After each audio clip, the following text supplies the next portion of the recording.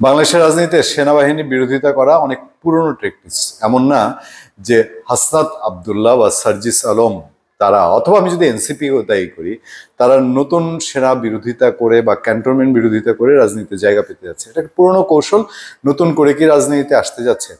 কেন কথাটা বলছি একটু মনে করিয়ে দিই আপনাদেরকে। সেটা হলো, একটা সময়ে আওয়ামী লীগ যত বক্তৃতা বিবৃতি দিত, এটা 80-র দশক 90-এর দশক, ইভেন 2001-এ 4 দলীয় জোট সরকার গঠন হওয়ার পরেও বিএনপিকে বলা হতো ক্যান্টনমেন্ট থেকে জন্ম, ক্যান্টনমেন্টই তাদের সব। আওয়ামী লীগ বলতো আমাদের শক্তির উৎস ক্যান্টনমেন্ট না, জনতা আমাদের শক্তির উৎস। মনে আছে আপনাদের বা যারা সিনিয়র সিটিজেন, একটু মধ্যবয়স্ক, তাদের সবারই এটা মনে আছে। এই ক্যান্টনমেন্ট বিরোধিতা বা ক্যান্টনমেন্টে থাকা না থাকা, ক্যান্টনমেন্টের সাথে সম্পর্ক থাকা না থাকা, এইসব প্রেক্ষাপটেই বিএনপি চেয়ারপারসন বেগম খালেদা জিয়াকে ক্যান্টনমেন্ট থেকে উচ্ছেদ করা হয়েছিল কিনা এই প্রশ্ন অনেকবারই উঠে, যে ক্যান্টনমেন্টে থাকলে খুবই কমফোর্টেবলি তিনি হয়তো ক্যান্টনমেন্টের ভেতরে যারা থাকেন তাদের সঙ্গে তার যোগাযোগ হবে কি হবে না। খুব তীব্রভাবে আওয়ামী লীগ এই কাজটা এক সময় করত।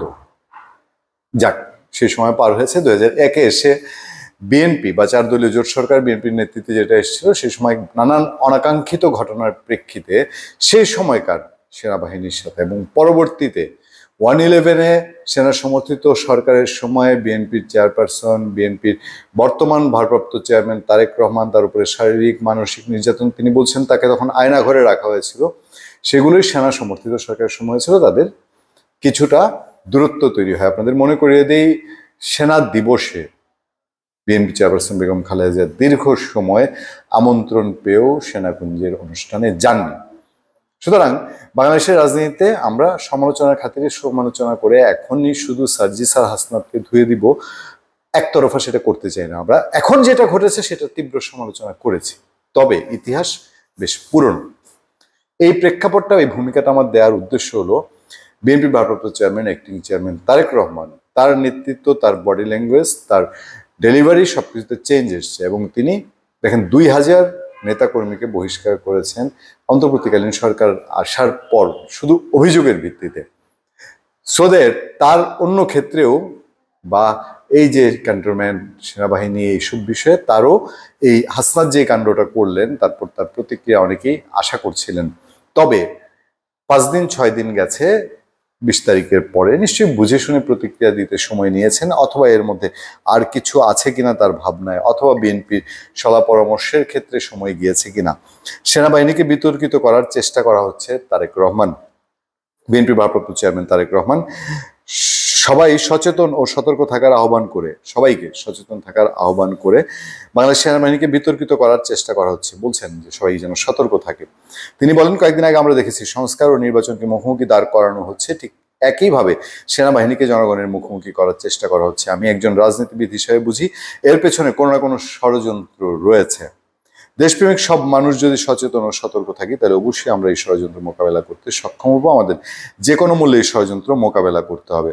তিনি ইফতার মাহফিলে রেগুলারলি চিফ গেস্ট হিসেবে ভার্চুয়ালি বক্তব্য দিচ্ছেন। ভারপ্রাপ্ত চেয়ারম্যান বলছেন, বিগত স্বৈরাচার সরকার রাষ্ট্রের প্রতিটি প্রতিষ্ঠানকে ধ্বংস করে দিয়েছে। বাংলাদেশের স্বাধীনতা সার্বভৌমত্ব রক্ষার দিকে আমরা বাংলাদেশ সেনাবাহিনীর দিকে তাকিয়ে থাকি। সেই সেনাবাহিনীকে বিতর্কিত করার চেষ্টা করা হচ্ছে, জনগণের মুখোমুখি দাঁড় করানোর চেষ্টা করছে।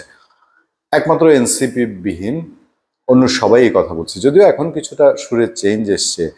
সার্জিস আলম দেখলাম, তিনি না, হাসনাত আবদুল্লাহ, তিনি তো একাধার চেয়ে বলছেন যে সেনাবাহিনীকে তিনি ভালোবাসেন। তারপর আরও দেখলাম পরে বলছে যে সেনাবাহিনীর প্রতি কোনো রকম বিদ্বেষ প্রচার না করতে, ঘুরে এসে 5 দিন পরে।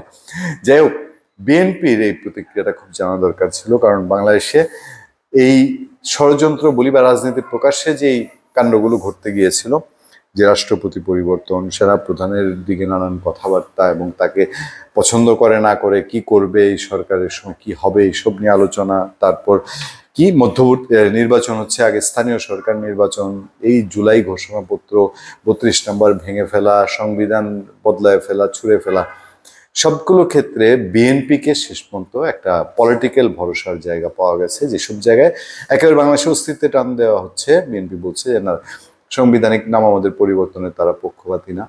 একেবারে মৌলিক যে জায়গাগুলোতে আঘাত করা ছিল সেগুলো বিএনপি ভেটো দিচ্ছে, একদম তীব্র ভেটো, এবং তার ফলে এগুলো আটকানো সম্ভব হচ্ছে। 24কে 71-এর সাথে মিলানোর চেষ্টা, এগুলো বিএনপি ভেটো দিচ্ছে।